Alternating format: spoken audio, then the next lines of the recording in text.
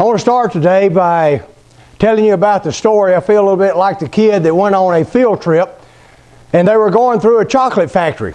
And as they were looking on the observation deck watching the vats of chocolate cool, he got so excited he leaned over too far and he fell in a vat of chocolate.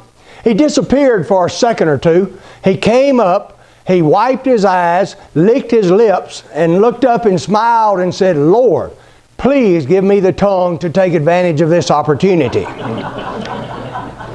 I hope the Lord gives me the tongue to take advantage of this opportunity today. I want to use as a springboard today one of the most insightful, poignant nursery rhymes that has ever been penned. I know all of you have heard of it. It goes like this: Humpty Dumpty sat on a wall, and Humpty Dumpty had a great fall, and all the king's horses and all the king's men could not put Humpty back together again. That is an incredibly insightful rhyme. It seems like this, I would like to talk to you about, not the start. There's so many things you could talk about when it comes to Humpty. But I want to talk to you about the great tragedy in this rhyme. It is not the fact that he fell off the wall, because all of us fall off the wall at times in our life. All of us crash. All of us are shattered in 1,000 pieces. The problem with Humpty was where he went for help. Because when Humpty was laying in 1,000 pieces, when he could not help himself, he did not go to his God, he did not go to his church, he did not go to his family, he went to the government. And when the government found out the problem he was in, they decided to send all the monies available, start all the programs they could to help Humpty, because it said they sent all the king's horses and all the king's men. But as we find out, the sad ending to it tells us that all the king's horses and all the king's men could not put Humpty back together again.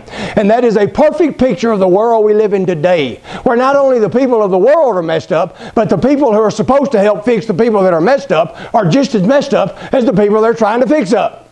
We live in a Humpty Dumpty world ruled by Humpty Dumpty people. And it is into this world that you and I are called to serve. Now, there was a time when I thought that I was one of the good guys. Now, maybe not a good guy, but at least on the good side. But a few years ago, I awakened one morning to hear some people that were supposedly woke. And these woke people told me that I am not one of the good guys, that I'm not even on the good side. In fact, by the very fact that I am a white Christian male, I have found out that I must be sexist and racist, that I must be a homophobe, a xenophobe, and a bigot. I've also found out that a man can turn into a woman, and a woman can turn into a man just by wishing it to be so. I have also found out that the Bible has been wrong these thousands of years. God did not make them male and female, that there are many genders, and we need to learn all the names, and we need to respect all of them. But the good news when I learned all of this is that I also remember something I have known most of my life, and that is the truth. And the truth has set me free of worrying about this idiocy that we call the woke. It has set me free from worrying about being politically correct. It has set me free from worrying about the alphabet mafia and whatever they might think of my teachings and my beliefs. But I do believe that we are living in the time that was foretold by Isaiah when he said, "Woe to them that call good evil and evil good, that put darkness for light and light for darkness, that put bitter for sweet and sweet for bitter." And buddy, we live in a time where Humpty Dumpty has fallen off the wall, and our great institutions have fallen off the wall. And so where are we, and what are we supposed to live like in a world such as this? Some people think it is the best book, the greatest book written in the Middle Ages. And that is Dante's Divine Comedy. And yet it's not a comedy, it is a trilogy. And it is based, the most famous one is on the Inferno. And one of the sayings in there has gripped me so much I have it on one of my walls at home. And it says this: "The darkest recesses of hell are reserved for those who in times of moral crisis choose neutrality. May I submit to you today that we are in a moral crisis in this world. Our families are in a crisis. Our businesses are in crisis. Our school system is in crisis. Our financial system is in crisis. And last but not least, our government is certainly in crisis in this world. So how should we live? I believe Jesus tells us the strategy. 2 words out of Matthew 5, and these are salt and light. We are to be the salt of the earth and the light of the world. What does salt do primarily? It preserves. What are we supposed to preserve? That which is good, that which is just, that which is righteous. We are to preserve Christian morals and ethics. We are to preserve the gospel of Jesus Christ. And I ask you, have we done too good of a job on that? Because if you have salt, it is to preserve what is, to keep it from becoming rancid and putrid and rotten. And there's a lot of things that's rotten in this country today. So I wonder who is going to be in judgment for that. One of the things for salt to make a difference, it has to be put on the meat. It has to be rubbed into it. We seem to be content to stay in our little salt shakers, and we're pretty good in church and maybe at home. But how are we out in the society? Are we the salt of this earth? We need to be out in the society doing what we can to help preserve this country, to help preserve our educational system, our financial system, our government, and all of the rest of it. One of the greatest indictments that you find, one of the greatest judgments that you find in the Scriptures, Jesus said in the very next verse, "But if the salt has lost its savor, it is good for nothing, but to be cast out and trampled underfoot by men." And if you look around today, Christianity is being trampled underfoot by men. Because we have lost the ability to be the salt in the culture that we live in. The second is the light. Are you the light of the world? I love Genesis 1 verse 2 when it says, "Before the creation, and darkness was upon the face of the deep, and God said, let there be light. And there was light." What does light primarily do? It pushes back against the darkness. What darkness should we be pushing back against? Well, the darkness not only physically, but the darkness intellectually, the darkness psychologically, darkness emotionally, darkness financially. We should be pushing back against the darkness. And yet, as you look at the country and the world we live in today, it looks like the darkness is pushing back on the light.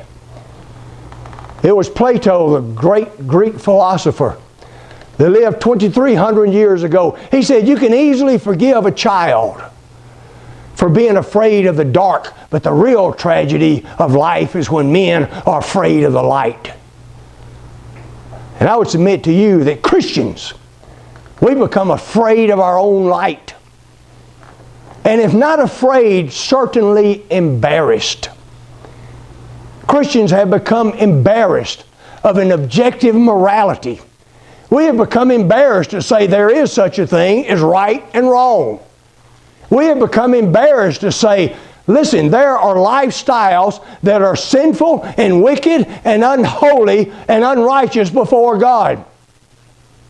In fact, about the only thing people have to do to put Christians back on their heels is say, you intolerant Christians. You know, two people, if they love each other, it doesn't matter. You should not butt your nose into that. And we'll just sit back and are very reticent to say anything about any moral situation or even moral circumstance.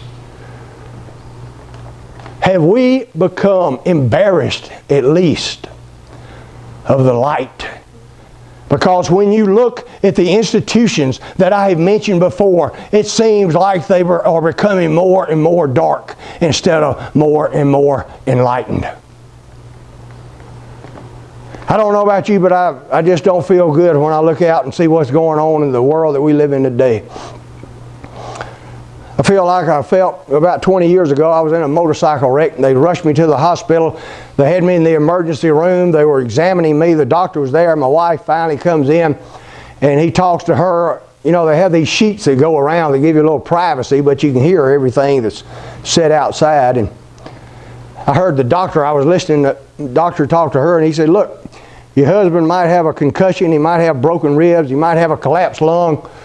I want to keep him here for observation. He said, tell you the truth, I don't like the looks of your husband. And my wife said, well, I don't either, but he's good to the kids. I don't like the looks of this. But sometimes God is good to His kids. I only have time today to share a couple of truths with you, but I have found that the greatest truths in life are simple truths. You may never have thought about it, but in our universe, there are only 3 primary colors. Have you ever thought about that? Only 3 primary colors. But look what Michelangelo and Leonardo da Vinci did with 3 primary colors. And our number system, there are only 10 digits, 1 through 9 plus 0, only 10. But look what Isaac Newton and Einstein were able to do with 10 digits. If you are musically trained, you understand that there are only 7 musical notes, only 7. But look what Mozart and Beethoven did with 7 musical notes. Look what Taylor Swift did with 2. And so I want to share with you, I only have time today to talk about two truths that we need to keep in mind. First and foremost, if we are to be a light in this world, if we are to be the salt of this world, we need to be informed. Many times it's hard to be informed. We don't want to be informed about a lot of things, but we need to be informed. Hosea 4:6, he said, my people are destroyed because of a lack of knowledge. And if you look around this country today, our families are being destroyed, our cities are being destroyed, our financial institutions are being destroyed, our government is being destroyed. We live in an incredible time where we can actually call up the knowledge of the universe on these little things that we call smartphones, and they are smart. But we still live in a time of spiritual darkness. And it is because of this spiritual darkness that our culture is eroded and eroding back into the darkness that it came from. So we need to be informed about all the things that we can. Are you informed about government? Are you informed about what's going on in the school system? Are you informed about your finances? Are you informed about business? We need to be informed. It is like the reservoir of truth. When Psalm 23 says, my cup runneth over. Your cup will never run over unless it is full.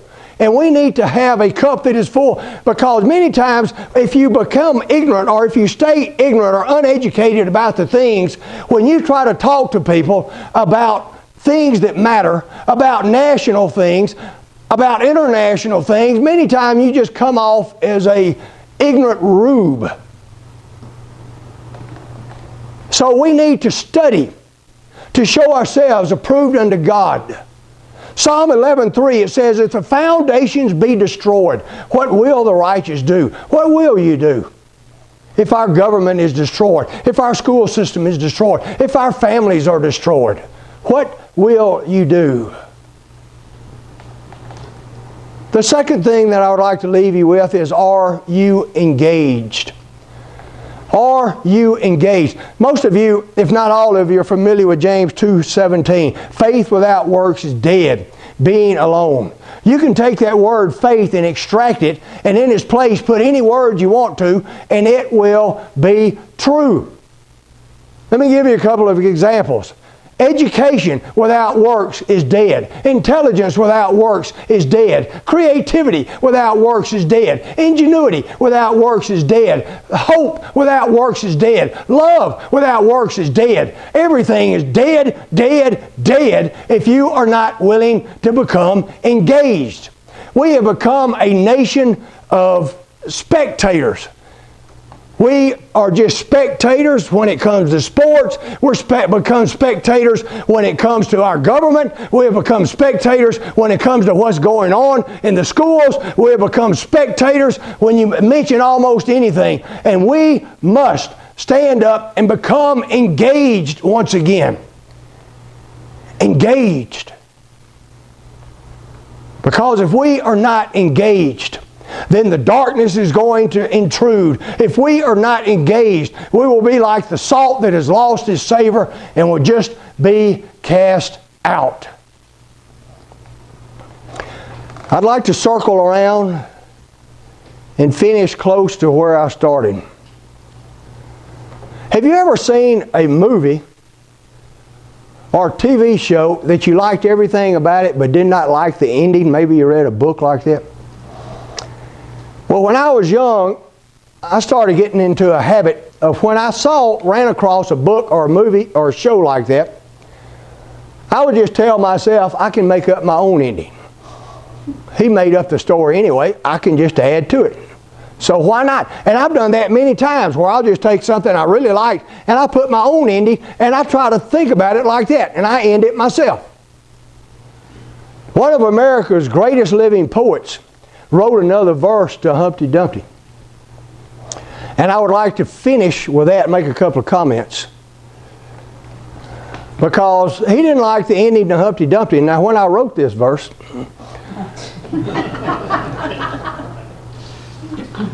I've loved there really are many lessons you can learn from Humpty, but I hate the way it ended. And so I wrote another verse. And it goes like this. I'll give you the first one so it'll flow a little bit better. Humpty Dumpty sat on a wall, and Humpty Dumpty had a great fall, and all the king's horses and all the king's men could not put Humpty back together again. And as he lay in utter confusion and gazed into the sky, his hopelessness filled his breast, and a tear did fill his eye. He cried, "Is there no one to help me? Is there nothing that can be done?" And he heard a voice from heaven say, "There's restoration through Jesus, my son." You know as well as I do that if this country is ever to be restored, it's not going to be through all the king's horses and all the king's men.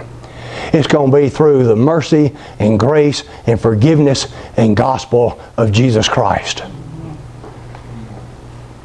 Yet, I feel like many of us need to be informed and we need to be engaged. When Jesus said, "Thy kingdom come, thy will be done on earth as it is in heaven." Think about this. God chose to use us, to use you, your mind and your hands to do His work on earth. His work is done on earth through you. 2 Corinthians 5:19 and 20, he says that God is in Christ reconciling the world to Himself. And in 20 it says, "Therefore we are ambassadors for Christ." We are God's representative here on earth. And we are supposed to be the salt and the light. And we need to be engaged and we need to be informed.